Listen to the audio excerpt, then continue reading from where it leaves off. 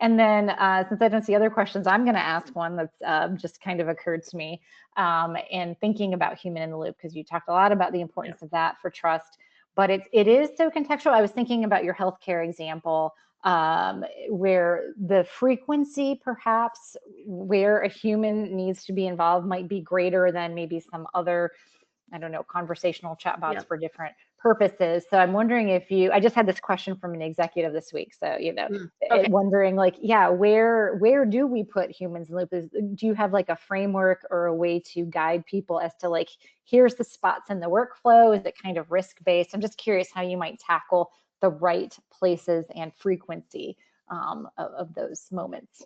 Yeah, and again, it's all dependent on Mm-hmm. the situation, the industry. So I think a lot of that is risk based, and it's trust based. So Yeah. Yeah. I think it's a combination of the two. So I'm gonna have probably I would recommend more human checkpoints in health tech or insurance tech Mm-hmm. Mm-hmm. than I might in just making marketing suggestions for ideas for marketing campaigns. Yeah. So I think that, or it's kind of like if you're thinking about the tech itself, where is the tech struggling? And Mm. does it need a human to help with that? So Mm-hmm. I'll go back to my moderation example because this was a real situation where we had two observations, a safety alert and what was it? Safe. Now I forgot it. It was a safety alert and safety concern. Uh-huh.